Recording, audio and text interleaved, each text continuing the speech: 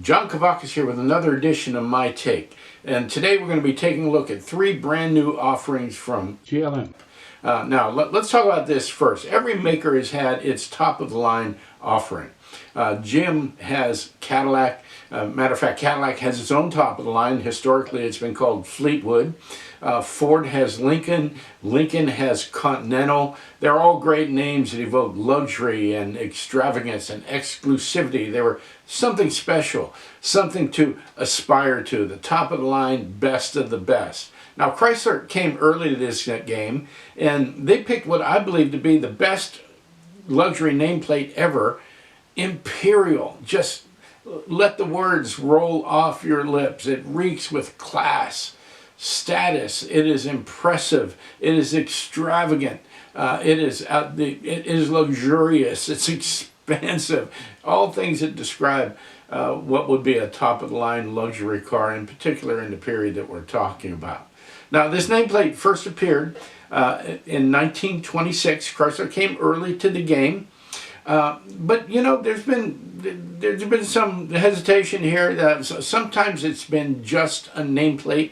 Sometimes, like between 1955 and 1975, it's been a whole complete division. As a matter of fact, if you take a look between 1955 and 1971, there was no Chrysler badging anywhere on the Imperials. So it was a complete separate division. And again, they've been accused of some confusion. We don't know where it fits. We don't know where it fits in the market. They really haven't handled the nameplate all that well. It's a very prestigious nameplate. But we can leave that debate to the MOPAR aficionados. And what we have is we have three offerings from Stamp in what a lot of people believe to be Chrysler's heyday, in particular the Imperial heyday, 1959 to 1961. It was a time of towering fins, gigantic cars with gigantic engines that would float down the highway in incredible luxury with incredible features. It was, in my opinion, it was American flamboyance, American ostentatiousness, American luxury at its very peak. They're beautiful cars, available in beautiful colors, and when they drove by, people would look at them and point and go, look at that. That's an Imperial. So GLM's given us three of these models. We're going to get them on the turntable and take a look at them.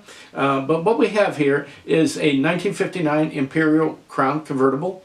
We have a 1960 Imperial Crown Southampton coupe, and we have a 1961 Imperial Crown LeBaron sedan.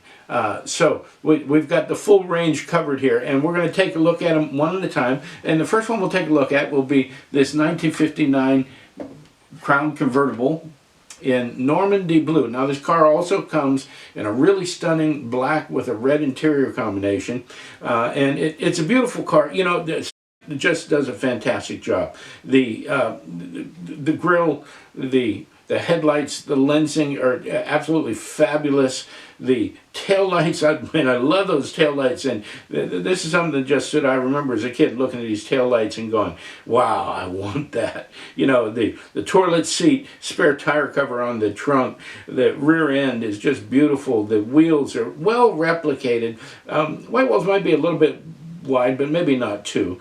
And you know, the chrome trim, there's a little bit of silver trim here, and I've heard some criticism of this, but I got to tell you something. In hand, it does not detract from the model. They've done a good job in doing it, but most of the chrome trim is well plated. A little side spear in the front quarter panel, and on the side there are they're the silver parts, but again, it doesn't detract from the model. The mirrors are well replicated. The windshield surrounds beautifully done, and the interior. And I'm going to get a close-up of this interior. You got to look at the door panels and at the dash to see how beautiful this is.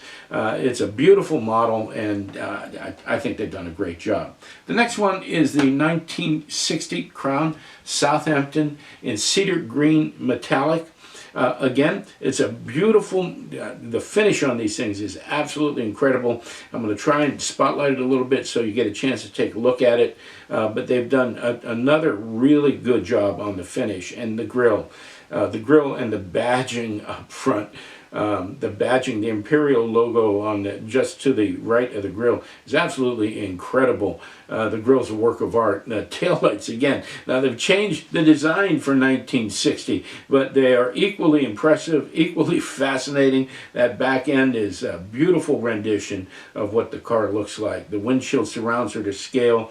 White walls a little skinnier, appropriately so. Well done wheels again, and again an incredible interior. Boy, I love this model. That emerald green just glows. And the third one is a 1961 Crown LeBaron sedan. And this one's in black. It's also available in Malibu tan. The wheels on this one are absolutely perfect. They've done a fantastic job badging. And I got that, for me, this is the epitome of what an Imperial is. Those standalone headlights up front are just absolutely classic. The taillights, this thing looks so modern. Even today, it's a daring design. It's a bold design. The fins are still there. Chrysler's holding on to them through 1961, but they've done a great job. Has done a great job of replicating it. And again, we've got the silver spear on the side, could be chrome, but it does not detract. Matter of fact, it adds a little bit of balance to the design because of the insets on the roof. The interior, absolutely beautiful, an incredible dash, incredible door panels. This is a really excellent model. I'll tell you something. For me, GLM is at the top of their game. They're putting out incredible models with incredible finishes with, I mean, it's like every time we get a new issue, the detail becomes more and more intricate. And you know, I've said this before, they're a friend of the hobby. They've got great dealers over here. Tom Derbinger, Toy Car Geek, you know, the Legacy Motors, they're all great dealers to deal with, and not spreading their stuff all over the place and duplicating models from other makers and off-brands, and some of the trickery we've seen coming out of Asia. They seem to be doing business with integrity. I enjoy them. They've done a great job with these Imperials. They've given us a little bit of a legacy look at Imperial. That's my take for 1959 through 1961 Imperials by Chrysler. Thanks for tuning in. If you enjoyed the video, give me a like down there, a thumbs up, and of course I'd love to have you as a subscriber. I've got some prototypes from Stamp coming up. We've got several other videos that we're working on. I look forward to seeing you again real soon.